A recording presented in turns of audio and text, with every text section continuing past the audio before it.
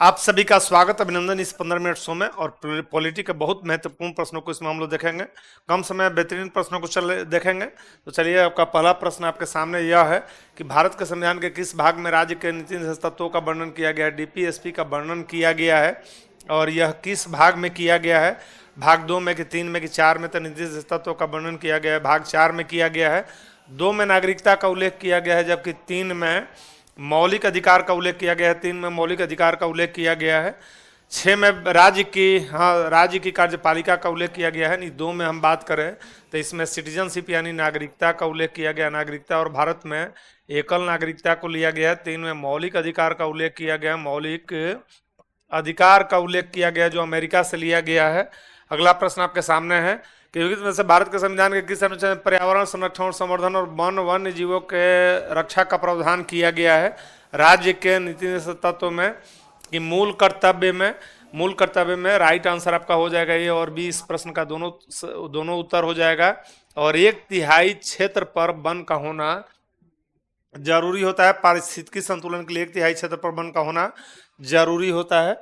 अगला प्रश्न आपके सामने कि भारत के कल्याणकारी राज्य होने का विचार कहाँ पर पाया जाता है। कल्याणकारी राज्य होने का विचार कहाँ पर पाया जाता है। प्रस्तावना में कि मौलिक अधिकार में कि राज्य के नीति निर्देशक तत्वों में। सही उत्तर आपका हो जाए कि ए और सी दोनों में पाया जाता है, यानी प्रस्तावना में और राज्य के नीति निर्देशक तत्वों में। राज्य के नीति निर्देशक तत्वों का उद्देश्य ही कल्याणकारी राज्य की स्थापना करना है। कल्याणकारी राज्य की स्थापना करना है, सामाजिक आर्थिक लोकतंत्र की स्थापना करना है। अगला प्रश्न आपके सामने कि राज्य के नीति तत्व सहज अध्ययन के लिए किस भाग में विभाजित किया जा सकता है। समाजवादी की, बौद्धिकतावादी की, गांधीवादी की, उपरोक्त सभी। इसका वर्गीकरण सभी में किया जाता है, अनुच्छेद की बात करें तो गांधीवादी दर्शन आपको देखने को मिलेगा अनुच्छेद 40 में ग्राम पंचायतों का संगठन। 46 में SC/ST के जो है सामाजिक और शैक्षणिक हितों की, आर्थिक और शैक्षणिक हितों की अभिवृद्धि की बात कही गई है। और आयरलैंड से लिया गया राज्य का नीति तत्व कहाँ से लिया गया है तो इसको आयरलैंड से लिया गया है। आयरलैंड ने 1937 में अपने संविधान में इसे शामिल किया। अगला प्रश्न आपके सामने कल्याणकारी राज्य का उद्देश्य क्या है। अधिकतम संख्या का अधिकतम कल्याण सुनिश्चित करना, कमजोर वर्गों के कल्याण का प्रबंध करना, कि सभी नागरिकों को स्वास्थ्य सुविधाएं प्रदान करना। उपरोक्त तो सभी हो जाएगा। इसकी प्रकृति कैसी है तो प्रकृति इसकी अवाद्य योग्य है, यानी इसको लागू कराने के लिए न्यायालय की शरण नहीं ली जा सकती है। अगला प्रश्न इनमें से कौन राज्य के नीति तत्व का उद्देश्य नहीं है। कौन सा उद्देश्य नहीं है तो इसमें जो है एक कल्याणकारी राज्य की स्थापना करना, कि सामाजिक आर्थिक न्याय को सुनिश्चित करना, कि एक धार्मिक राज्य की स्थापना करना, धर्मनिरपेक्ष राज्य की स्थापना करना। तो एक धार्मिक राज्य की स्थापना करना इसका उद्देश्य नहीं है। भारत एक पंथ निरपेक्ष राष्ट्र है, जिसका मतलब है कि राज्य का अपना कोई धर्म नहीं होता है। राज्य का अपना कोई धर्म नहीं होता है। अगला प्रश्न आपके सामने कि समान कार्य के लिए समान वेतन भारत के संविधान में सुनिश्चित किया गया है। समान कार्य के लिए समान वेतन मौलिक अधिकार के राज्य के नीति सिद्धांतों का अंग है, कि मौलिक कर्तव्य है। तो यह राज्य के नीति निर्देशक तत्वों का जो है सिद्धांतों का अंग है। समान कार्य के लिए समान वेतन जो है आर्थिक अधिकार के लिए विधिक मांग है। यह आर्थिक अधिकार के लिए विधिक मांग है, यानी कानूनी मांग। विधिक मांग मतलब क्या, कानूनी मांग है, यह कानूनी काम है, कानूनी मांग है। विकल्प ए इस प्रश्न का करेक्ट उत्तर हो जाएगा। अगला प्रश्न आपके सामने यह है कि निम्नलिखित में से राज्य के नीति तत्व में निहित है। अपराधों के लिए दोष सिद्धि के विषय में संरक्षण के प्राण दैहिक सूचना अल्पसंख्यक वर्गों के हितों का संरक्षण, के पुरुषों और स्त्रियों दोनों के कार्यों के लिए समान वेतन।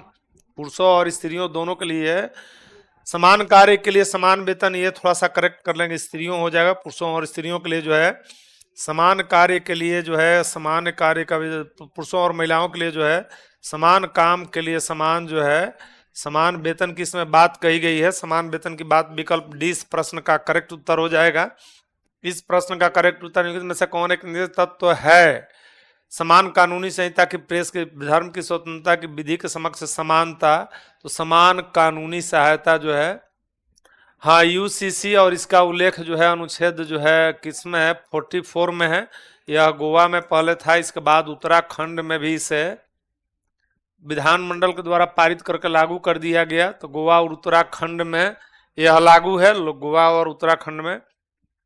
अगला प्रश्न आने से पहले आपका महत्वपूर्ण कि जीविका भर्ती के लिए आपका जो है बैच लॉन्च कर दिया गया ऑफिसर्स एकेडमी के द्वारा, और इस बैच का इसमें खासियत होगा कि लाइव और रिकॉर्डेड क्लास होगा, चैप्टर वाइज एमसीक्यू टेस्ट होगा।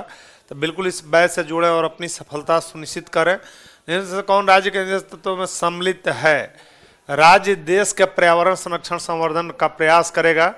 राज्य किसी व्यक्ति को कानून के समक्ष समानता मना नहीं करेगा। राज्य किसी व्यक्ति को उसके धर्म, कुल, जाति के आधार पर विभेद नहीं करेगा। अस्पृश्यता का प्रवर्तन जो है तो पर्यावरण के संरक्षण की बात कही गई है। और यह अनुच्छेद 48(1) में कहा गया, अनुच्छेद 48 के 1 में कहा गया, 48 क में कहा गया है, 48 क में कहा गया है। अगला प्रश्न आपके सामने, अगला प्रश्न सामने के में से राज्य के निजी सिद्धांतों के विषय में पहचान कीजिए। मद्य निषेध, फैक्ट्रियों, खानों में बाल श्रम का निषेध, बेगार अथवा बलात् श्रम, अस्पृश्यता का निषेध। दिए गए कूट में से क्या सही उत्तर हो जाएगा? तो विकल्प सी सही उत्तर हो जाएगा। मद्य निषेध जो है इसमें स्वास्थ्य की बात की गई है, मद्य निषेध की बात की गई है। बाकी यह फंडामेंटल राइट में है, जो कि भाग 3 में है, फंडामेंटल राइट में है यह। फैक्ट्रियों, खानों में बाल श्रम का निषेध यह 24 में है, बेगार 23 में है। यानी अनुच्छेद की बात करें तो यह अनुच्छेद 24 में इसका उल्लेख किया गया है, अनुच्छेद 24 में इसका उल्लेख अनुच्छेद 23 में किया गया है। अस्पृश्यता का निषेध अनुच्छेद 17 में किया गया है। इनमें कौन राज्य के निजी सिद्धांतों में सम्मिलित नहीं है? मद्य निषेध, की काम का अधिकार, की समान कार्य हेतु समान वेतन, की सूचना का अधिकार। सूचना का अधिकार इसमें शामिल नहीं है, बाकी ये तीनों सम्मिलित है, तीनों सम्मिलित है। और आयरलैंड ने निजी सिद्धांत को लिया था कहाँ से? स्पेन से लिया था, स्पेन से लिया था। अगला प्रश्न आपके सामने है कि संविधान के अंदर काम का अधिकार कहाँ पाया जाता है? मौलिक अधिकार में, कि राज्य के निजी तत्व में, कि संविधान की प्रस्तावना में? कोई नहीं, राज्य के नीति निर्देशक तत्व में अब पाया जाएगा, नीति तत्व में पाया जाएगा। राज्य के नीति तत्व सिद्धांतों में कौन सा जो है राज्य के नीति सिद्धांतों निम्न से कौन किनके बारे में जो है यह है शांत है? प्रौढ़ शिक्षा की, कामगारों को निर्वाह मजदूरी की, गरीबों को निःशुल्क विधिक सहायता, कि बालकों को प्रारंभिक शिक्षा जब वह 6 वर्ष की आयु प्राप्त नहीं कर ले। किसका प्रावधान किया गया है? प्रश्न का सही उत्तर क्या हो जाएगा आपका? तो विकल्प ए, इसमें प्रौढ़ शिक्षा की बात नहीं कही गई है, प्रौढ़ शिक्षा की बात नहीं कही गई है। इसमें से कौन एक राज्य के निजी तत्व में सम्मिलित नहीं है? और इसमें जो सम्मिलित नहीं है कि पुरुष और महिलाओं को समान कार्य के लिए समान वेतन की जीविकोपार्जन हेतु तो जो है साधनों का समान अधिकार, अस्पृश्यता का उन्मूलन इसमें शामिल नहीं है। यह फंडामेंटल राइट का भाग है और अनुच्छेद 17 में है, 17 में है। इसमें से कौन एक राज्य के निजी तत्व नहीं है? मद्य निषेध, गौ संरक्षण, पर्यावरण संरक्षण, 14 वर्ष की आयु तक बच्चों को निःशुल्क शिक्षा देना। यह इसमें राज्य के नीति तत्व नहीं, बल्कि यह फंडामेंटल राइट और फंडामेंटल ड्यूटीज में है। अगला प्रसंग निम्न से कौन नीति तत्व से संबंधित नहीं है? समान न्याय, निःशुल्क कानूनी सहायता, नागरिकों के लिए समान कानूनी सहायता।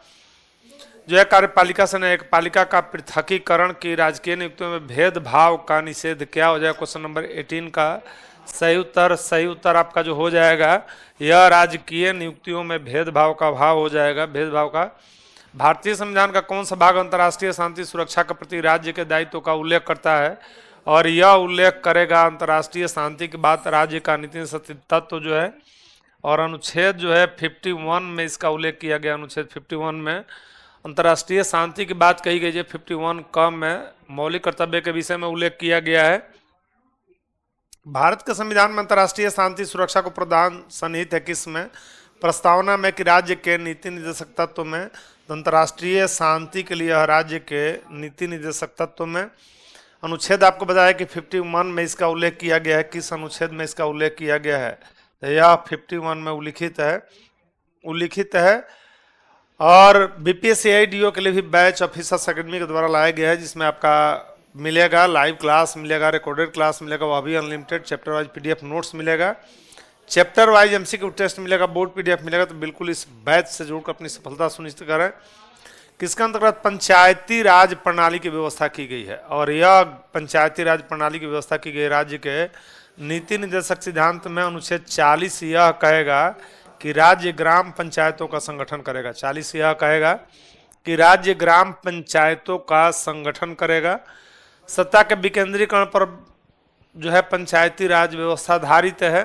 इनमें से कौन एक नियत तत्व गांधीवादी दर्शन से मिलता है? समान कार्य के लिए समान वेतन, कार्यपालिका का न्यायपालिका से, पृथकीकरण की, ग्राम पंचायतों को मजबूत करना। सही उत्तर हो जाएगा ग्राम पंचायतों को मजबूत करना, चूंकि भारत में जो है 6 लाख से अधिक गांव हैं। गांधी का मानना था कि भारत, गांधी जो है बिल्कुल गांव में बसता है, भारत की आत्मा कहाँ पर बसता है? गांव में। राज्य के अंदर सिद्धांत धर्मोपदेश के अतिरिक्त और कुछ नहीं है। वे राज्य को कोई भी विधायनी शक्तियां प्रदान नहीं करते। इसमें क्या सही उत्तर आपका हो जाएगा? क्या सही उत्तर जो है क्वेश्चन नंबर 23 का सही उत्तर जो हो जाएगा, यह हो जाएगा ए सही है, परंतु इसमें आर गलत है। आर गलत है, शक्ति नहीं प्रदान करता है। तो चलिए अगला प्रश्न आपका है कि भारतीय संविधान में राज्य के सिद्धांत जो है देश के शासन में मूलभूत महत्व के हैं, न्यायालयों द्वारा लागू नहीं कराए जा सकते। राज्य का कर्तव्य है कि विधि निर्माण में उसका सम्मान करे। दिए गए कूट में से सही उत्तर क्या होगा? 24 नंबर में आपका क्या हो जाएगा? तो विकल्प आपका डी इस प्रश्न का सही उत्तर हो जाएगा। सभी इसमें सही उत्तर हो जाएगा। अगला प्रश्न कि वर्तमान में किस नीति से सिद्धांत को मूल अधिकारों को जो है, प्रश्न स्पष्ट नहीं है।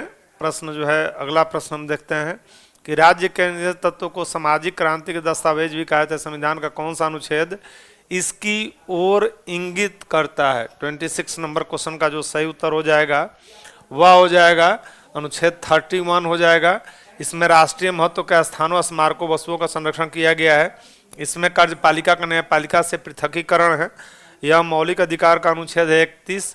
निम्नलिखित में से कौन एक गलत है? मूल कर्तव्य अधिकारों का हिस्सा है। मूल कर्तव्य मौलिक अधिकारों का भाग नहीं है। भारतीय संविधान के भाग 4 का में मौलिक कर्तव्य जो है गिनाए गए हैं। अनुच्छेद 51 प्रत्येक भारतीय नागरिकों को जो है 10 मूल कर्तव्यों का उल्लेख करता है। तो आपका इसमें हो जाएगा उत्तर, आपका जो गलत उत्तर हो जाएगा वह ए और डी दोनों हो जाएगा। गलत उत्तर ए और डी दोनों हो जाएगा कि मूल कर्तव्य अधिकारों का हिस्सा है। यह गलत हो जाएगा। फिर से गलत हो जाएगा कि 51 में नागरिकों कितने मूल कर्तव्यों की व्याख्या करता है? तो यह वर्तमान में 11 मूल कर्तव्य की व्याख्या करता है। तब विकल्प ए और डी इसका सही उत्तर हो जाएगा। ए और डी दोनों गलत है, दोनों गलत है। इनमें से किसने तत्व को ऐसा चेक बताया जिसका भुगतान बैंक की सुविधा पर निर्भर करता है? और यह प्रसिद्ध कथन है संविधान विशेषज्ञ केटी शाह का। और 72वीं बीपीएससी का फाउंडेशन बैच ऑफिसर्स अकेडमी के द्वारा लॉन्च किया गया है, जिसमें आपका लाइव और रिकॉर्डेड क्लास वह भी अनलिमिटेड है। चैप्टर वाइज पीडीएफ नोट्स इसमें आपको मिलेगा एमसीक्यू के साथ जो है, और बोर्ड पीडीएफ मिलेगा 15 टेस्ट सीरीज के साथ यह बैच उपलब्ध है। राज्य के नीति तत्व संविधान की आत्मा है, जो संविधान के सामाजिक दर्शन को समाविष्ट करता है। उपयुक्त कथन किसका है? यह कथन संबंधी प्रश्न है। आपको बताना है कि यह कथन किसका है, और यह कथन ऑस्टिन का है। यह कथन विकल्प डी संविधान विशेषज्ञ ऑस्टिन ने कहा है। मनरेगा कार्यक्रम निम्नलिखित में से भारतीय संविधान के किस अनुच्छेद को लागू करने के लिए लाया गया? और यह जो है अनुच्छेद 43 को लागू करने के लिए मनरेगा जैसे कार्यक्रम को लाया गया। लोकसभा में न्यायपालिका का कार्यपालिका से पृथकीकरण किसमें शामिल है? तो यह जो है नीति निर्देशक तत्व में शामिल है, और इसका उल्लेख अनुच्छेद 50 में किया गया है। कौन सा निर्देशक तत्व अभी तक क्रियान्वित नहीं किया गया? शांति में विश्वास की, बच्चों को मुफ्त शिक्षा, अल्पसंख्यकों का संरक्षण की, मद्य निषेध का क्रियान्वयन। तो इसको अभी लागू नहीं किया गया, यद्यपि कुछ राज्य इसे निषेध किए हैं। भारतीय संविधान में वर्णित राज्य के निषेध तत्व के अंतर्गत किस संख्या पर्यावरण का विकास और यह सम्मिलित किया गया है?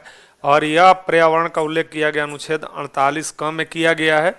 संविधान में राज्य के निषेध तत्व में जो है किसके बारे में कुछ नहीं कहा गया है? कर्मकारों के लिए निर्वाह, मजदूरी, वयस्क शिक्षा, गरीबों को निःशुल्क विधिक सहायता, अनिवार्य बेसिक शिक्षा क्या किसके बारे में नहीं कहा गया है? और यह आपका उत्तर बी हो जाए, जो है वयस्क शिक्षा के विषय में नहीं कहा गया है। और आज का लास्ट प्रश्न के में से कौन राज्य के निषेध तत्व भारतीय संविधान बाद में जोड़ा गया? ग्राम पंचायतों का गठन, मुफ्त कानूनी सहायता, समान नागरिक संहिता। यह जो है मुफ्त कानूनी सहायता को जोड़ा गया बाद में, और इसे 42वें संविधान संशोधन के द्वारा जोड़ा गया। 42वें संविधान संशोधन के द्वारा जोड़ा गया। तो इसी के साथ आपका सेशन यहीं पर विराम लेता है। मिलते हैं हम नेक्स्ट सेशन में। बहुत बहुत धन्यवाद। Thank you.